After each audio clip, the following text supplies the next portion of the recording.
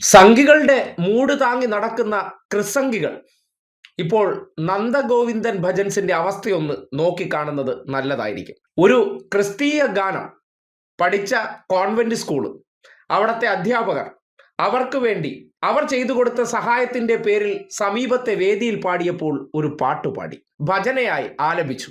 കഴിഞ്ഞില്ലേ കാര്യങ്ങൾ? ആ സംഗീതം എത്ര കേട്ടാലും ഇതിൽ എന്താണ് മതവികാരം ഉണരാനോ അല്ലെങ്കിൽ വ്രണപ്പെടാനോ ഉള്ളതെന്ന് ചോദിച്ചാൽ ഒന്നും കാണാനില്ല. ലേശം അതൊന്ന് കണ്ടുവരാം. LKG തൊട്ട് പഠിച്ചത് നമ്മുടെ ഇവിടുത്തെ പള്ളി സ്കൂളിലാണ്, നമ്മുടെ ഹോളി ഫാമിലി സ്കൂളിലാണ്. അപ്പോൾ നമുക്ക് ഇവിടെ എല്ലാവർക്കും അറിയായിരിക്കും. നമ്മുടെ എൻ്റെ കുറേ സുഹൃത്തുക്കളൊക്കെ ഇവിടെ ഉണ്ട്. നമ്മളുടെ ഈ ഭജന നടക്കുമ്പോൾ തന്നെ ഇത്രയും തിരക്ക് വരുന്ന അറിഞ്ഞിട്ട് നമുക്ക് വേണ്ടി പാർക്കിംഗ് സൗകര്യങ്ങൾ എല്ലാവർക്കും തരുന്നത് അവിടുത്തെ പള്ളി ഗ്രൗണ്ടിലാണ്. ദേശവിളക്ക് എന്നുള്ള നമുക്ക് അടുത്ത ദിവസം ഉണ്ട് ദേശവിളക്ക്. ഇപ്പോൾ ദേശവിളക്ക് ഇവിടെ നടക്കുന്ന സമയത്ത് ദേശം മുഴുവൻ വിളക്കുകളാണ്. ആ സമയത്ത് ഇവിടെ പള്ളിയിലും വിളക്കുകൾ എത്തിക്കാറുണ്ട്. അപ്പോൾ അങ്ങനെ പോകുന്നൊരു നാടാണ്. അപ്പം ഇപ്പോൾ ഈ ഒരു കാലഘട്ടത്തിൽ മതസൗഹാർദ്ദം എന്നൊക്കെ പറയുമ്പോൾ എന്തൊക്കെ പ്രശ്നം പോലെയൊക്കെ പല സ്ഥലങ്ങളിൽ ഞാൻ കമന്റുകളൊക്കെ ഉണ്ട്. പക്ഷേ അങ്ങനെയൊന്നും ഞങ്ങൾക്ക് അറിയത്തില്ലാത്ത കാലഘട്ടത്തിൽ ജീവിച്ച മനുഷ്യന്മാരാണ് ഞങ്ങൾ. അപ്പോൾ ഇന്ന് ഭജന കേൾക്കാൻ വേണ്ടിയിട്ട് എനിക്കറിയാം, ഇന്ന് തിരുവനന്തപുരത്ത് നിന്ന് ക്രിസ്ത്യൻസ് ആയിട്ടുള്ള എന്നെ പഠിപ്പിച്ച ടീച്ചറിൻ്റെയൊക്കെ സിസ്റ്റേഴ്സൊക്കെ ഇവിടെ വന്നിട്ടുണ്ട്. അവരെ കൂടെ ഉണ്ടാവും. ഒത്തിരി ധാരാളം ആൾക്കാർ വന്നിട്ടുണ്ട് ഇവിടെ. അപ്പോൾ ഒരു കാര്യങ്ങളിലെ വ്യത്യാസമൊന്നും കാണാത്ത ഒരു നാടാണ്. അപ്പം നമുക്ക് വേണ്ടി ഇത്രയും സൗകര്യങ്ങളെല്ലാം ചെയ്തു തന്ന അവർക്ക് വേണ്ടി ഒരു പാട്ട് നമുക്ക് പാടാമല്ലോ അല്ലേ?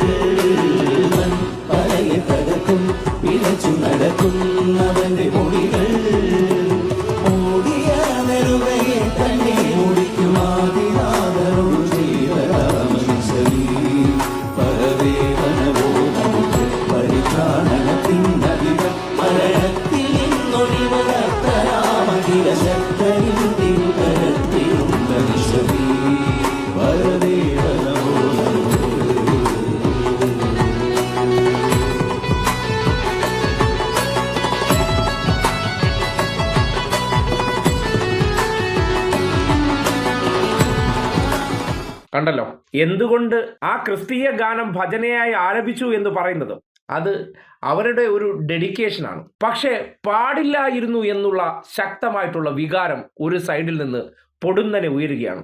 അപ്പോൾ ഈ ഭജൻ സംഘം അവർ RSSന് എന്ത് പ്രതീക്ഷയാണ് നൽകിയിരുന്നത്, അല്ലെങ്കിൽ RSSനെ സംബന്ധിക്കുന്നിടത്തോളം അവരെ പിന്തുണയ്ക്കാനുള്ള പ്രധാന കാരണം എന്തായിരുന്നു? അതിനൊറ്റ കാര്യമേ ഉള്ളൂ. വേടൻ എന്ന റാപ്പ് സിംഗർക്ക് പിന്നിൽ ഒരു വലിയ ജനക്കൂട്ടം അണിനിരന്നപ്പോൾ അതിൽ നിന്ന് രക്ഷ നേടാൻ നമുക്ക് സഹായകരമായത് നന്ദഗോവിന്ദൻ ഭജൻസ് എന്നാണ് RSSന്റെ വായ്ത്താരി. അതിന് കാരണം ഈ സമൂഹത്തിന്റെ മുഖ്യധാരയിൽ അത് ഏത് മേഖലയായിക്കോട്ടെ, കല, സംഗീതം, സ്പോർട്സ്, മറ്റെന്തുമായിക്കോട്ടെ, ഹിന്ദുവാണോ അത് സവർണന്റേതായിരിക്കണം. അതിലേക്ക് അവർണൻ കടന്നു വരികയും അവന്റെ പാണനല്ല, പറയനല്ല, പുലയനല്ല, നീ തമ്പ്രാനുമല്ല, ആണെങ്കിൽ എനിക്കൊരു തൈരുമില്ല എന്ന ഗാനം അല്ലെങ്കിൽ ആ വിപ്ലവ ചോദന സമൂഹത്തിലെ പുതിയ തലമുറ ഏറ്റെടുത്തപ്പോൾ RSS വല്ലാതെ അസ്വസ്ഥപ്പെട്ടിരുന്നു. ആ റാപ്പ് സംഗീതത്തെയും അത് പാടിയ വ്യക്തിയെയും വേട്ടയാടാൻ വേണ്ടി കരുക്കൾ നീക്കിയവർ പകരമായി മുന്നോട്ട് നീക്കിയത് നന്ദഗോവിന്ദൻ ഭജൻസിനെയാണ്. കാര്യം RSSന്റെ ഗണഗീതങ്ങൾ ഉൾപ്പെടെ പലതും അവർ ഈ ഭജനയുടെ മറവിൽ പാടി.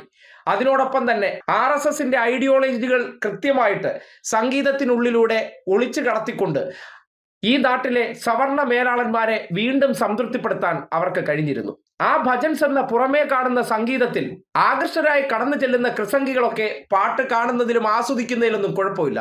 പക്ഷേ RSSന്റെ ഐഡിയോളജി വിട്ടോ ഹിന്ദുയിസം വിട്ടോ മറ്റൊരു മതത്തിന്റെ ഒരു ഗാനം ആലപിച്ചു പോയി കഴിഞ്ഞാൽ അവിടെ വ്രണപ്പെടുകയായി അവരുടെ വികാരം ഒന്നടങ്കം. ഒരുപക്ഷെ ഈ ഭജന നടത്തുന്ന ചെറുപ്പക്കാർ ഏത് മാനസികാവസ്ഥയിൽ അത് നടത്തുന്നു എന്നറിയില്ല.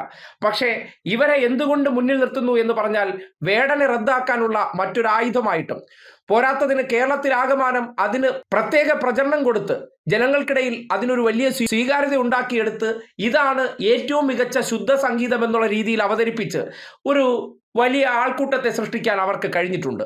പക്ഷേ ആ ഭജനാ സംഘത്തിന് എന്ത് മാത്രമേ ഈ നാട്ടിൽ പാടാൻ അനുവാദമുള്ളൂ? ഹിന്ദു ഭജന പാട്ടുകൾ മാത്രം. അതിനപ്പുറത്തേക്ക് മറ്റേതെങ്കിലും മതത്തിന് ഒരു പാട്ടിലൂടെ സ്പേസ് കൊടുത്തു കഴിഞ്ഞാൽ എങ്ങനെയാണ് ഇവിടത്തെ അദൃശ്യ മതവികാരങ്ങൾ ഉടൻ വ്രണപ്പെടുന്നു എന്നതിനെ സംബന്ധിച്ച് ഈ ഒരൊറ്റ ഉദാഹരണത്തിൽ നിങ്ങൾക്ക് കണ്ണ് തുറന്നൊന്ന് കാണാവുന്നതാണ്. നിങ്ങൾ കാണുന്ന വെറും ഭജന മാത്രമല്ല നന്ദഗോവിന്ദൻസ് എന്ന് നിങ്ങൾ തിരിച്ചറിഞ്ഞോളൂ. അതിലൂടെ RSSന്റെ താല്പര്യമുള്ള ചില കാര്യങ്ങൾ സമൂഹത്തിലേക്ക് ഒളിച്ചു കടത്താൻ അവർക്ക് കഴിയുന്നുണ്ട്. അതിൽ ചെറിയൊരു മാറ്റം സംഭവിച്ചു കഴിഞ്ഞാൽ, അതിൽ മറ്റൊരു മതത്തെ കൂടി പരിഗണിക്കുന്ന ഒരു ഗാനം കടന്നു വന്നാൽ കഴിഞ്ഞില്ലേയല്ല. അതുകൊണ്ടാണ് ഈ വ്രണപ്പെടലും ഈ വികാരപ്പെടലും ഒക്കെ ഉണ്ടായി ഇപ്പോൾ നന്ദഗോവിന്ദൻ ഭജൻസിലെ കലാകാരന്മാരെ എല്ലാം ഒന്നടങ്കം സംഘപരിവാറുകാർ വളഞ്ഞിട്ട് ആക്രമിക്കുന്ന സാഹചര്യം ഉണ്ടാകുന്നത്.